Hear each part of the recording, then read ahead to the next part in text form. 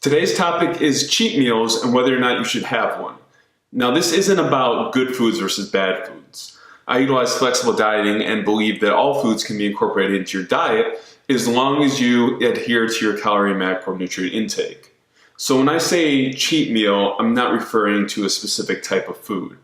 For example, if you ate 2 pieces of pizza, but you tracked it accurately and hit your target calories and macronutrients for the day, that was not a cheat meal.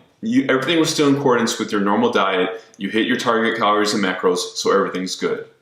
So when I say cheat meal, I'm talking about an untracked meal which often includes an overindulgence in food and calories. Now, the reason why I want to talk about this is because it is 100% possible to undo your progress for the week by having an overly large cheat meal. Now, I'm going to try to break this down using numbers to give you an example, and hopefully my math will be right during this example. Okay, so let's say your maintenance level calorie intake is 2,500, and you eat 2,000 calories a day in order to create a 500 calorie deficit per day. Now, over the course of 7 days, that would equal a 3,500 calorie deficit, which is the amount of calories you would need to burn in order to lose 1 pound of body weight. So being at a 500 calorie deficit per day over 7 days should lead to losing 1 pound of body weight per week. Now let's say on Saturday you have a cheat meal. You normally eat 4 meals of 500 calories each to get your 2,000 calories. So instead of eating those 4 meals, you replace one of your 500 calorie meals with a cheat meal. And let's say you overindulge and it ends up being a 3,000 calorie cheat meal. So that means now instead of being in a 500 calorie deficit, you consumed 4,500 calories or a 2,000 calorie surplus. Now, instead of creating a 3,500 calorie deficit for the week, you only created a 1,000 calorie deficit. And so that means you may only lose, 0.2 to 0.3 pounds that week. So this can lead to people getting frustrated because they say they followed their diet all week, they had their cheat meal, and they don't feel like they're progressing. And the reason why is because they're eating so much in that one cheat meal that they're completely undoing the deficit they created throughout the week. Now let's look at that same example, but instead of that person eating 3,000 calories for their cheat meal, they only had 1,000 calories. So they replaced their normal 500 calorie meal with a 1,000 calorie meal. So now they consume 2,500 calories during that day, which is their maintenance caloric intake. So they're still at a 3,000 calorie deficit for the week and will probably still lose close to a pound that week. So that discrepancy in the amount of calories you eat during that cheat meal can dictate your results for that week. If you have a normal sized meal, maybe slightly larger, where you're consuming 1,000 calories, that's not going to negatively impact your progress as much as consuming 3,000 calories in the cheat meal. So knowing this, you have to decide whether or not you should include a cheat meal. And that's basically going to come down to 2 things. 1, the rate at which you need or want to progress. And 2, whether or not you can handle having the flexibility or freedom to have a cheat meal. So let's talk about rate of progress first.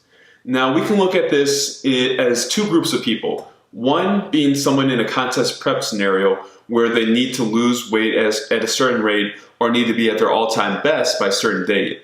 That person does not really have room for error and will probably do better not having a cheat meal. On the other hand, if you're in the group where your goal is simply fat loss and not necessarily needing to maximize it or lose fat as fast as possible, you may be able to have a cheat meal and still progress, assuming you can control how much you eat. Now, for the contest prep scenario, I often like to allow my clients to have a cheat meal as long as they're progressing. And the reason why I do this is this cheat meal serves as both a physical and psychological break from dieting. When you're following a very strict diet for weeks and months on end, it can definitely wear down on you, especially mentally. And if having 1 meal a week where you don't have to stress on the exact macros you're eating, if that can allow you to adhere to your diet better, then it can be a positive thing.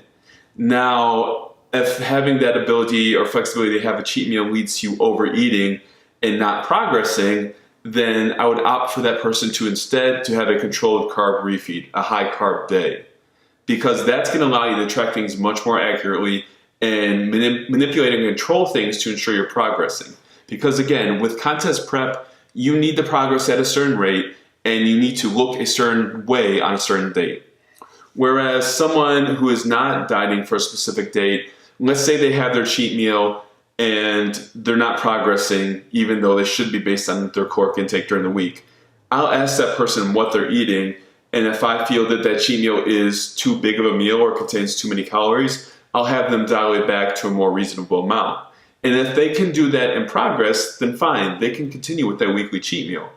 But if I find that that person still isn't progressing, I'll have them do the same thing, and instead of having a cheat meal, I'll have them do a controlled high carb day or carb refeed, where we know exactly how many macros they're eating that day. And that gives you the ability to control it and make changes to ensure they're progressing.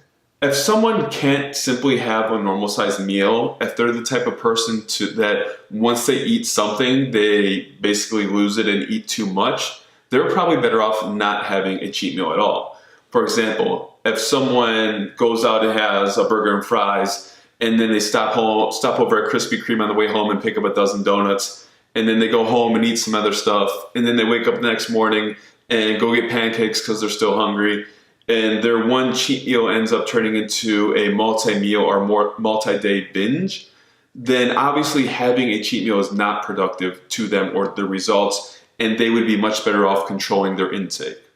So basically, whether or not you should have a cheat meal comes down to the rate you need the progress at and whether or not you can mentally handle having a cheat meal.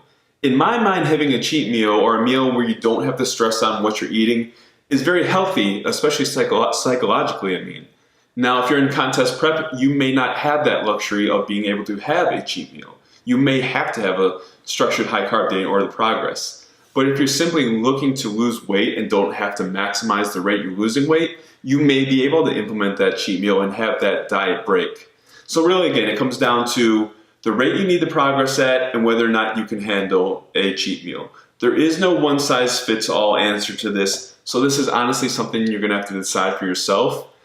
And that's basically what a lot of things comes down to, is finding what works best for you and what is going to allow you to achieve results while still enjoying your life.